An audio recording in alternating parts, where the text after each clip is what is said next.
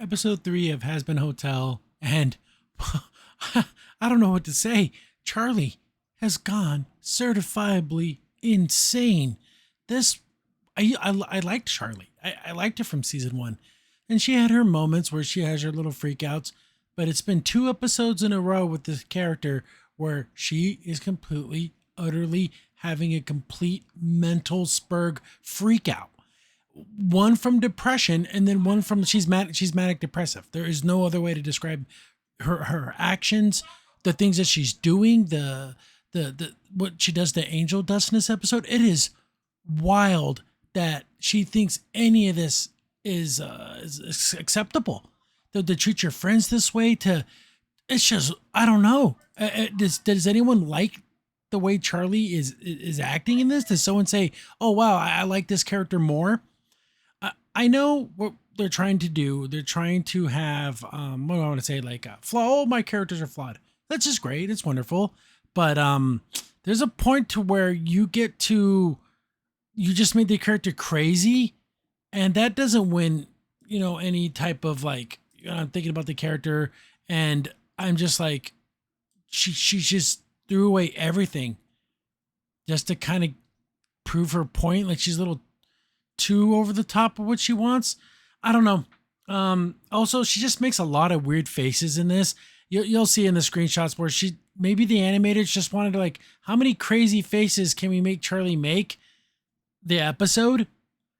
But we open up where episode 1 ended, where she found out that Serpentius is still alive, but he went to heaven. He got redeemed. So she runs in, starts telling everybody, but she's doing it in the freak out crazy way, where me personally, I am calm in a stressful situation. If you're acting like a psychopath like this, I will remove you from the situation because you're not helping. Acting like a crazy person doesn't help anything. So everyone's like, "Huh, really? That's great and that's wonderful," but she doesn't know how it happened. She doesn't know that it did happen. She doesn't know how Serpent, like, what caused him to be redeemed. But she's just freaking out.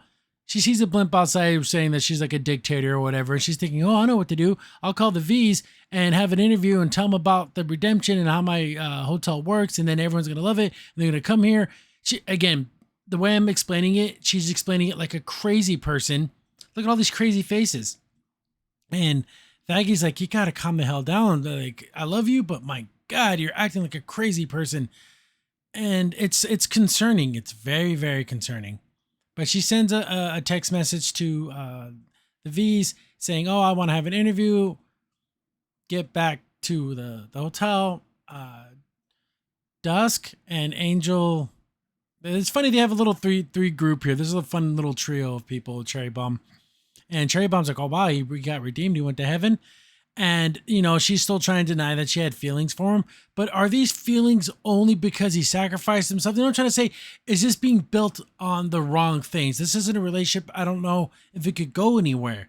It's just hot feelings, And they're kind of giving her crap about it. And they're like, "Oh, that, I don't remember his name. The other scientist guy they picked up.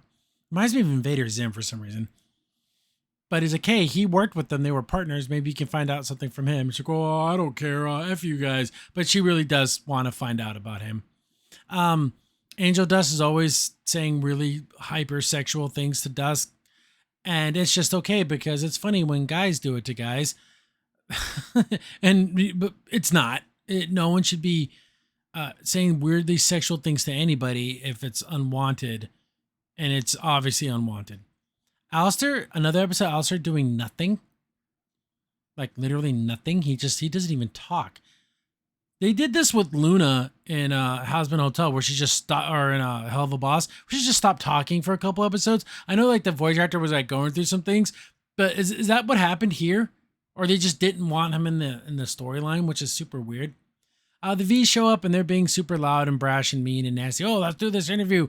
And of course, this interview is very leading. It's very crap. They're being very setting her up to fail. Like, they're asking her, like, screwed up questions. And of course, Charlie doesn't know how to answer things correctly. So they're, like, taking everything out of context. Charlie's just trying to, she's like, "Hey, everyone, shut the hell up. Serpentis isn't here because he was redeemed. And they're like, well, how do we know he was redeemed? Like, who told you, little angel? She's like, oh, yeah, actually, they did. And it's like, well, do you have any proof? And she doesn't have any proof. Then they're like, okay, we're out of here. What's even the point of this if you can't even prove what happened? Then Charlie says the most amazingly insane thing. Oh, we will redeem someone right here, right now, and you can film the whole thing. What in the Charlie? Charlie, you gone crazy. Charlie, you're out of your damn mind, Charlie. I can't like you. I can't defend you when you're doing these insane things. Ugh. Cherry Bomb's talking to what's his face for some information about what was Serpentis like, and everything. And they're talking, and he's like, okay, first of all, like they're saying they were partners, and then she's like, of course, guys being gay is such a funny joke. And she's like, no, lab partners. And he always like did like microbiology, and Serpentis was like making machines and stuff. They were partners, and they wanted to make all these like type of, their inventions would give them power, and then maybe they can become overlords one day. Of course, Serpentis' ideas always get shot down, but he was doing bioengineering. So he moved up. He didn't like Pensis didn't like the fact that he was like experimenting on people, and it was a little too much for him. So they broke up their lab partnership. And then, she'll Cherry get a little bit more information about Serpentis, and, so she feels a little bit like she got to know him a little bit more. Then we get a big song. Serpentis gets a song about kind of he misses her, and then she sings a song about how she misses him, and it's like a duet. And it's all right. It's an all right song. They're basically, but this whole song is about how their relationship is very toxic, and how they loved each other when they were beating the crap out of each other, and how when they were always fighting. I don't know, guys. That's not a good way to build a relationship, because I don't think that your relationship is built on the quiet moments. Can you see them having quiet moments? I don't know if they could. I don't know if that works. If they're always fighting and trying to kill each other, that's when they're like having the most fun. I don't know. This is a really cool shot right here. But we get back to Charlie making weird faces. Everyone else in the hotel's like, what the hell are these idiots? Like, you invited the Vees here? Like, they're like our sworn enemies. And then Angel Dust is like, what the hell? Charlie, they're friends with Valentino. I hate that guy.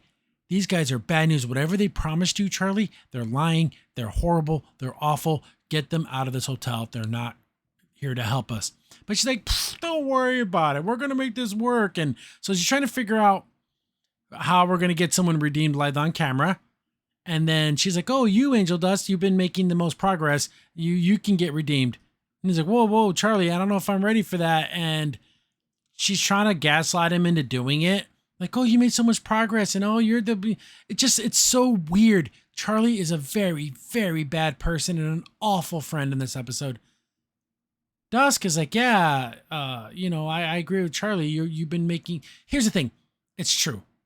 Angel Dust has been making very good steps towards being a better person. Being there for people, being a good listener, being a good friend. He's making his steps. But it's not your deeds that get you into heaven, but whatever. So then they're both trying to talk him up, and then he kind of goes along with it a little bit. And of course, they're giving him crap because they're just awful and they know everything about him. Dust goes in defense Angel Dust, which is nice. He's a good friend. But then they're like, oh, we're going to just redeem you live on camera, which is just not going to work. They do a song about redeeming and like the 12-step process of like redeeming. And Charlie is just going crazy. Look at these crazy faces. She's going berserk, insane, trying to get him like redeemed during the song. And then she starts dressing him up like Serpentis and like giving him his little umbrella and everything. And it's just like, Charlie, sweet little Charlie, you're acting like an effing crazy person. Then she's like, oh, maybe when he sacrificed himself, that was his redemption. Like that's what got him to go to get redeemed. So she's going to set up a scenario for something similar to happen. She ties Dust to railroad tracks. Everyone the Snively Whiplash, old classic. He's the guy who twirls his mustache and he has a cape and he ties the lady to the railroad tracks. It's like an old school, like black and white silent film bad guy. So she's gonna act like that, or she's like, look at me, I'm this evil person, and look at these faces. She's insane. So she's gonna put Dusk in a life or death scenario, Angel Dust is gonna save him, and that's gonna like redeem him live on TV. Look at these faces. She's acting like a psychopath, and like, oh look, and then who's going to save her? You know, he's just being like a goofball. Angel Dust is like, oh, I'm a person with good redeeming qualities, but he's thinking, okay, I'm not doing this. This is stupid. I don't want to do it. Charlie has like a kill switch saying basically to take the stunt off to stop the train, but then he doesn't. Angel Dust doesn't want to do it. He doesn't feel it. It doesn't feel right. This isn't me. We're going about this the wrong way. Charlie's like, fine. She tries to stop the train. She can't because they cut the brake lines. Trying to tell Nifty to stop, but she can't because she's insane. So this thing's going to kill Dusk, but Angel Dust just stands in the way. It would have ran him over. It would have killed them both. How was this saving him? Just killing yourself? But I don't understand what he was trying to do. I can understand if he pushed him off the railroad tracks and then it's just weird. He was going to kill himself to like kind of do a very similar thing, but there's no point. They both could have got off the tracks. I don't understand this scenario. It doesn't make any damn sense. But Vaggie saved them both. Look how tiny Vaggie is. She's so itty bitty. She's like, 3 feet tall. She's Sabrina Carpenter sized. Then everyone starts fighting. They start yelling and screaming at each other. Even Dust's like, oh, what the hell were you doing? You're going to kill yourself. And then they when someone does something nice for you, but it would have caused them to hurt themselves, and of course that hurts them. He doesn't want Angel Dust to get hurt. But at the same time, it's like, you're better than this. And they just start yelling and screaming at each other. And it just literally, they went backwards. They de-evolved into becoming better people. They just started hating all over each other. But then Charlie's like, wait a second. Because know how Serpentis' sin was he let those people die and he did nothing about it. So when he sacrificed himself, that was like him redeeming that sin. But it's not just one sin that sends you to hell. Like, it's not just like the one thing. It's your whole life and everything that you do. But she's like, oh, we need to do something that's very specific to Angel Dust, and then once we know what his sin was, we can solve it. So she's like getting in his face, like, oh, it's a deep, dark secret to tell everybody live on TV. Charlie, you stupid psycho idiot. You're an awful, horrible person. Then, of course, they know what his sin was. I guess he killed his father. We don't know the scenario. We don't know the context of the murder. If it was self-defense or whatever. We don't know what it was. But then Charlie's like, oh, damn. Then it's just, then Angel Dust, I can't believe, like, basically aired out all his dirty laundry. Awful, horrible Charlie, you freaking idiot. Then they start going in on Angel Dust. She kind of goes demon mode. Oh, you can make fun of me. You can make fun of my hotel, but you can't go after my friends. Just kill him, Charlie. Can someone in the comments explain to me what would go wrong if the Princess of Hell said, you know what? I'm making an executive decision and I'm killing these people. What would happen? What horrible, awful thing would happen? You go to double hell when you die? I don't get it. It's stupid. This whole, like, how you kill people, not kill people is the dumbest thing.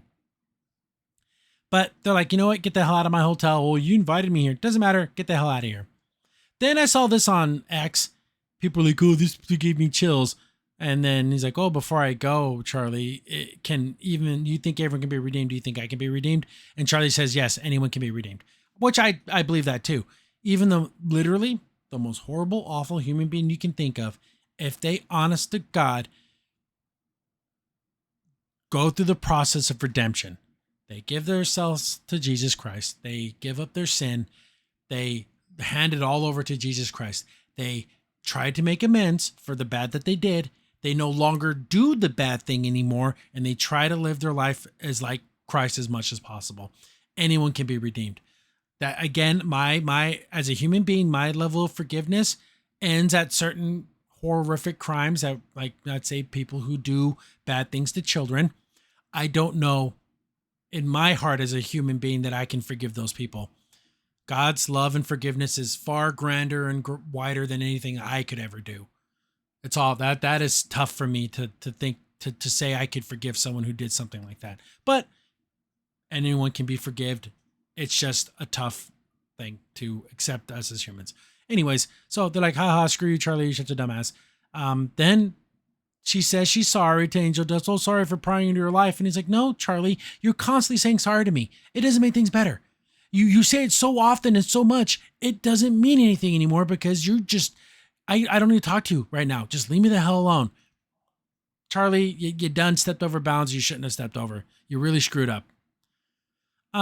Then they run the commercial for their little interview they were doing. Of course, they make it look as awful as horrible and making Charlie look like a complete like evil person. They could have just made it look like a crazy person without editing anything, but they actually made her actively look like a bad guy. Cherry Bomb decides to stay at the hotel and become like a normal person there, and that's another episode. Wow, Charlie, you're an awful piece of garbage. I don't know what to say, Charlie. You hopefully you clean up your act and you start acting a little bit smarter, that you calm the hell down and use your friends. You have a group of friends that care about you. Rely on them. Let them prop you up. Depend on them. Ask their advice. Don't just put your head down and run straight forward at this problem you want to solve because you keep screwing it up and you're acting like a crazy person. I don't know, Charlie, I liked her. I'm down to not liking her. She's going to have to do some stuff to win my favor back, because after this episode and what she did to Angel Dust, overall acting like a complete freaking idiot, I don't know. I'm really, really, really hard to defend Charlie in this. I would love for someone to defend her. Oh, she's just really stressed out. And then you need to take a step back. You need to like let other people take the reins of this. I don't know. We'll see where this goes. I don't know where the Vees want to do. So discrediting Charlie only does so much. You know what I'm saying? Like nobody really had really good like an opinion of the hotel to begin with. Like they didn't really care. So I don't know what their plan is from here on out, but hopefully Charlie gets a little bit better. We find a little bit more about Angel Dust killed his dad, but like how did he kill his dad? What were the context of that whole situation? Was he defending someone? Was he defending himself? Was it an accident? Like there could be a million different things. I would hope killing someone in self-defense wouldn't send you to hell, but who knows how this world works. It's wild. But that's episode 3. I'm going to try to knock out an episode 4 Tuesday, Wednesday, maybe. We'll see. Probably Wednesday, Thursday. But thanks for watching, guys. I do want to catch up quickly with this because I guess they're doing 2 episodes at a time. I love all the comments. I love the agree, disagree. There's some wild stuff in the comments where I'm just like, I can't. If it's not specifically said in the show, I don't want to know about it. I just don't want to know about it because I don't count that. If it was important enough to the story, it should have been in the show. That's just the way I feel about it. If I write a story in my mind, I'm not going to leave out important information and then do a social media post where I'm like, oh yeah, by the way, this and this and this and this is how the world works. Why don't you just put that in the damn show or your comic or whatever, your book, whatever the piece of media you're making? If it's important enough for the audience to know, freaking tell them in the story. Anyways, we'll see where this goes. I don't know. I don't have high hopes. Who's gonna save this show? Is it gonna be Alistair? Because he hasn't been in the last 3 episodes. He was my favorite character in the last season. We'll see if he steps it up. But thanks for watching, guys. I'll catch you on the next one. Crimson Sin here. Thanks for watching the video. Remember, liking, subscribing, sharing, and commenting on the video really helps out a lot. It gets the video spread around more people get to see the videos, and we get to make more videos for you guys. So thank you, and we appreciate every single one of you guys.